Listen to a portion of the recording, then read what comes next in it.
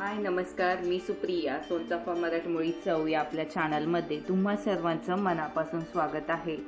नेहमी गडबडीमध्ये मुलांना टिफिनला काय द्यावे हे आपल्याला सुचत नाही किंवा बऱ्याचदा असं होतं की वेळ कमी आहे आणि चटपट आपल्याला काहीतरी नाश्ता बनवायचा आहे मुलांसाठी किंवा असे पौष्टिक असा पदार्थ झाला पाहिजे असं आपल्याला नेहमीच वाटत असतं.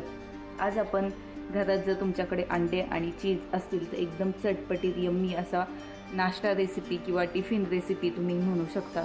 एनी टाईम जेवणाला देखील तुम्ही हे बनवून देऊ शकता. एकदम पटकन तयार होतो. चला तर सुरुवात करूयात. त्यासाठी एका पॅनमध्ये मी तेल घेतलेलं आहे, जवळपास 1 ते 1.5 चमचा टाकून घेतले. आता यामध्ये मीडियम साईजचा एक कांदा घेतला होता, तो मी अशा प्रकारे बारीक चिरलेला आहे.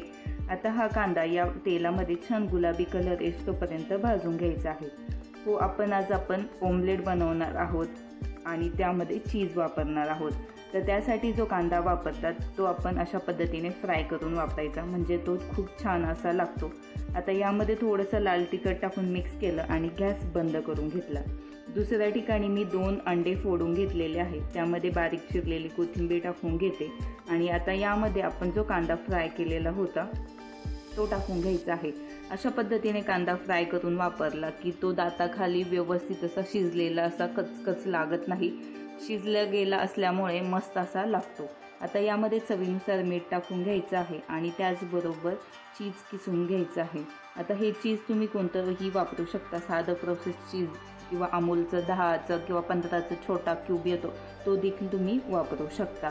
भरपूर प्रमाणात टाकायचं, आवडीनुसार कमी जास्त करू शकता आणि मिक्स करून घेऊयात. मुलांसाठी बनवत असाल तर हिरवी मिरची नाही वापरली तरी चालेल किंवा हिरवी मिरची बारीक चिरून देखील तुम्ही वापरू शकता. आता तोच पॅन मी पुन्हा गरम करायला ठेवलेला आहे आणि त्यामध्ये मी थोडंसं बटर टाकून घेते. बटर जळलं जातं पटकन, म्हणून थोडंसं तेल देखील टाकायचं आहे यामध्ये आणि आपण जे बॅटर बनवलेलं होतं अंड्याचं ते यामध्ये ओतून घेऊयात आणि मस्त 2 अंड्याचं ऑमलेट खूप छान पद्धतीने होतं आणि तुम्ही पाहू शकता मस्त असं फुललं गेलेलं आहे, फ्लफी झालेलं आहे. आणि आता खालची साईड भाजली गेलेली आहे. आता दुसरी साईड देखील पलटी करून छान खरपूस भाजून घेऊयात. हार्डली 1 मिनिटामध्ये आपलं हे बनवून तयार होतं. मस्त असं रेग्युलर ऑमलेटपेक्षा हे ऑमलेट खूप छान आणि टेस्टी असं लागतं.